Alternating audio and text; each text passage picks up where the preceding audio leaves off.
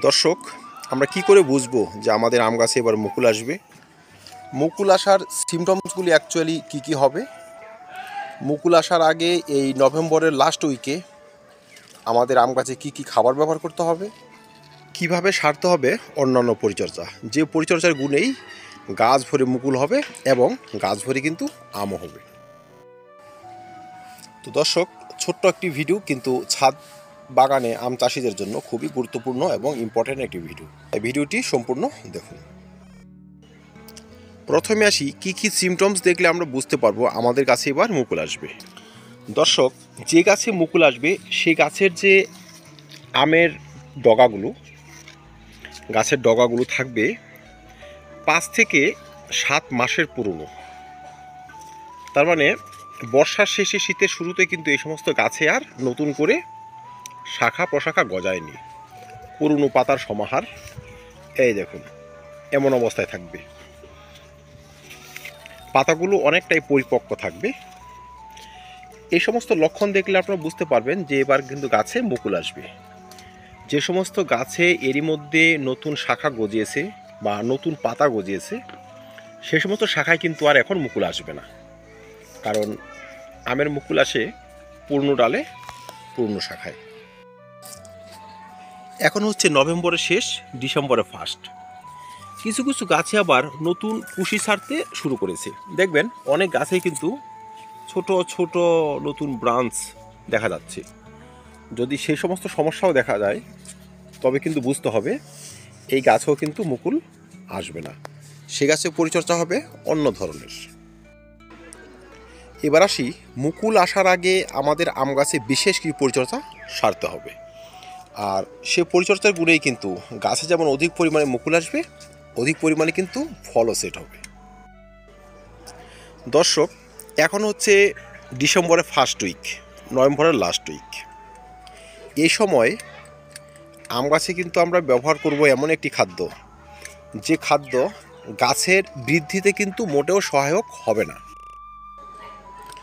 দর্শক, এই নভেম্বরের লাস্ট উইকে আমরা কিন্তু একটি মিশ্র খাবার গাছের গোড়ায় ব্যবহার করব, যে খাবারে থাকবে প্রচুর পরিমাণে পটাশিয়াম, প্রচুর পরিমাণে ফসফরাস এবং কিছু গোবর সার।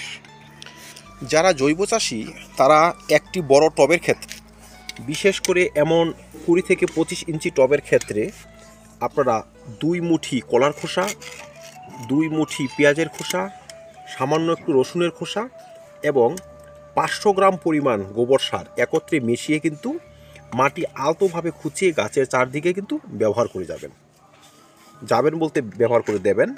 এই খাবারটি একবার ব্যবহার করলেই হবে। আর যারা রাসায়নিক উপায়ে চাষ করেন তারা কিভাবে ব্যবহার করবেন?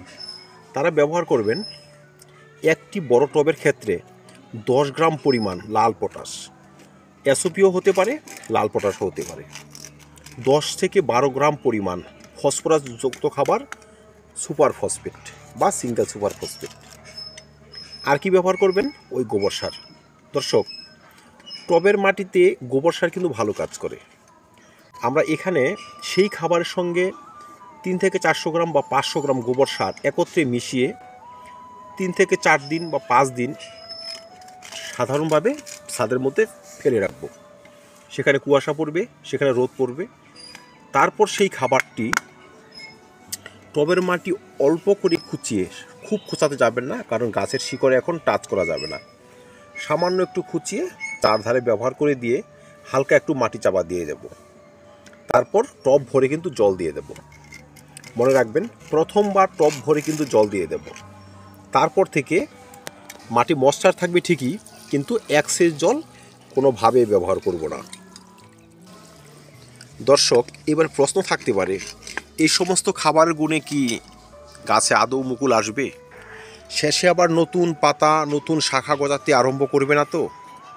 কিন্তু না দর্শক, এই খাবার এখন আদৌ শাখা প্রশাখা গজাতে কিন্তু সাহায্য করবে না।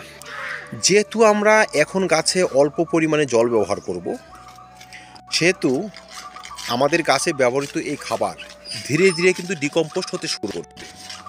সামনে ডিসেম্বর এবং জানুয়ারি মাস কিন্তু পুরোপুরি ডরমেন্সি থাকবে আমাদের এই গাছগুলো। তখন আমরা জলও কম ব্যবহার করব, কিন্তু যখনই জানুয়ারি কাটিয়ে ফেব্রুয়ারি মাস আসা শুরু করবে, ধীরে ধীরে কিন্তু ডিকম্পোস্ট হওয়া খাদ্যগুলো কিন্তু গাছে শোষিত হতে থাকবে। আর তখন কিন্তু ওই সমস্ত খাবারের গুণে গাছ যেমন তা সঠিকভাবে মুকুল নিয়ে আসবে, সেসব মুকুলগুলো কিন্তু ভালো পুষ্টিও পেয়ে যাবে। দর্শক, একটি কথা তো আমরা জানি যে গাছে যখন আমরা খাবার ব্যবহার করি, সেই খাবার ডিকম্পোস্ট হতে হতে বেশ কিছু সময় লাগে, গাছের উপযোগী হতে হতেও বেশ কিছু সময় প্রয়োজন। আর যখনই আমরা জানুয়ারি মাসে বা ফেব্রুয়ারি মাসে খাবার ব্যবহার করে দেব, সেই খাবার সংগ্রহ করে গাছ যে তার পরিপূর্ণ মুকুল নিয়ে আসবে সে কিন্তু আর সম্ভব নয়। যেহেতু আমরা খাবারে পটাশিয়াম ব্যবহার করেছি, গাছের হাইট বা নতুন শাখা গজানোর সম্ভাবনা কিন্তু নেই। ব্যবহার করেছি ফসফরাস, যে ফসফরাস গাছে অধিক পরিমাণে খাদ্য শোষণে তখন সাহায্য করবে। ব্যবহার করেছি কিছু গোবর সার, যে গোবর সারে রয়েছে নানাবিধ খাদ্য উপাদান, যা পুরোপুরি ডিকম্পোজ হতেও কিন্তু বেশ কিছু সময় লেগে যাবে।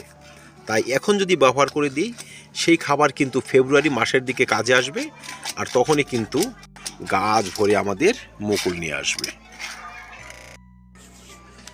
দর্শক, খাবার ব্যবহার পরপরই যে কাজটি আমাদের করতে হবে সেটি হচ্ছে গাছে কিন্তু এখন ভালো মানের একটি ছত্রাকনাশক এবং কীটনাশক ব্যবহার করতে হবে। কেন ব্যবহার করতে হবে? দেখুন, বর্ষার শেষে শীতের শুরুতে যখন কুয়াশা পড়তে শুরু করে, তখন কিন্তু গাছে প্রচুর পরিমাণে ছত্রাক লাগে। এই দেখুন পাউডারি মিলিডিউ, এই দেখুন, এই যে হাতে লেগে যাচ্ছে চিটচিটে আঠার মতো। এরা কিন্তু আমের এই ডগাতে পাতাতে কিন্তু আষ্টে পৃষ্ঠে থাকবেই। যখনই এই সমস্ত পয়েন্ট থেকে নতুন মুকুল বেরোবে, তখন কিন্তু এই ছত্রাক ধীরে ধীরে সেই মুকুলে কিন্তু সংক্রমণ সৃষ্টি করবে, আর সেই মুকুলগুলো কিন্তু কালো হয়ে দেখবেন ঝরে যাবে। তাই এখন যদি আমরা এই গাছে বিশেষ করে 15 দিনে একদিন একটি ছত্রাকনাশক, যেমন টাটা ব্লাইটক্স, ম্যানকোজেব গ্রুপের যে কোনো ছত্রাকনাশক ব্যবহার করে দিই, সঙ্গে যে কোনো ধরনের কীটনাশক, কারণ এখন কিন্তু গাছে নানাবিধ কীটের আক্রমণও থাকে। চোষক পোকা, হোপার পোকা, এই দেখুন এই এখানে সাদা মাছির বাসা, এরা থাকে। এরা ধীরে ধীরে বংশবৃদ্ধি করবে, আমাদের গাছের কিন্তু ক্ষতিই করবে। মুকুল আসতে বাধা সৃষ্টি করবে, মুকুল এলেও সেসব কিন্তু ঝরে যাবে, গাছের পুষ্টিতেও বাধা সৃষ্টি করবে। 15 দিনের ব্যবধানে একটি ছত্রাকনাশক এবং একটি কীটনাশক আমরা যদি এখানে 2 থেকে 3 বার ব্যবহার করে দিই, সেক্ষেত্রে যেমন পাউডারি মিলিডিউর মতো ছত্রাক গাছ থেকে বিদায় নেবে, তেমনই সব ধরনের পোকা গাছ থেকে বিদায় নেবে। গাছে যেমন মুকুল আসবে, সেই সমস্ত মুকুল কিন্তু চট করে ঝরবেও না, গাছে খুব ইজিলিভাবে গুটি সেট হয়ে যাবে। দর্শক, সর্বশেষ যে কাজটি এখন করতে হবে, মাঝে মধ্যে কিন্তু গাছকে একদম স্নান করিয়ে দিতে হবে। জল স্প্রে করে দিতে পারেন, গাছ রাখতে হবে রৌদ্রে। গাছে জল ব্যবহার করব সীমিত পরিমাণে, এক্সেস জল কিন্তু এখন কোনোভাবে ব্যবহার করব না। গাছকে সুস্থ রাখার জন্য গাছের রিপোর্টিং এখন নয়, শিকড়ে খোসাখুচি চলবে না, কোনোভাবেই নাইট্রোজেনযুক্ত কোনো খাবার গাছের গোড়ায় আমরা ব্যবহার করব না, গাছে স্প্রেও করব না। যে খাবারে নাইট্রোজেন রয়েছে সেসব গাছে কোনোভাবেই দিব না, সেটা মিশ্র খাবার হতে পারে, রাসায়নিক হতে পারে, জৈব খাবার হতে পারে। এখন কিন্তু গাছের ডাল যেমনই হোক, কোনোভাবেই গাছের প্রুনিং টুনিং এখন করা যাবে না, গাছের গোড়ায় কোনো ধরনের আগাছাও কিন্তু এখন রাখা যাবে না। তো দর্শক, এই ডিসেম্বরের ফার্স্ট উইক, নভেম্বরের লাস্ট উইক, এই সন্ধিক্ষণে আমরা যদি এইটুকু পরিচর্যা সঠিকভাবে সারি, আম গাছে মুকুল নিয়ে আসা, সেই মুকুল থেকে আম সেট হতে কোনো ধরনের বাধা আর আসবে না, আমাদের গাছ ভরে থাকবে বিভিন্ন ধরনের আমে।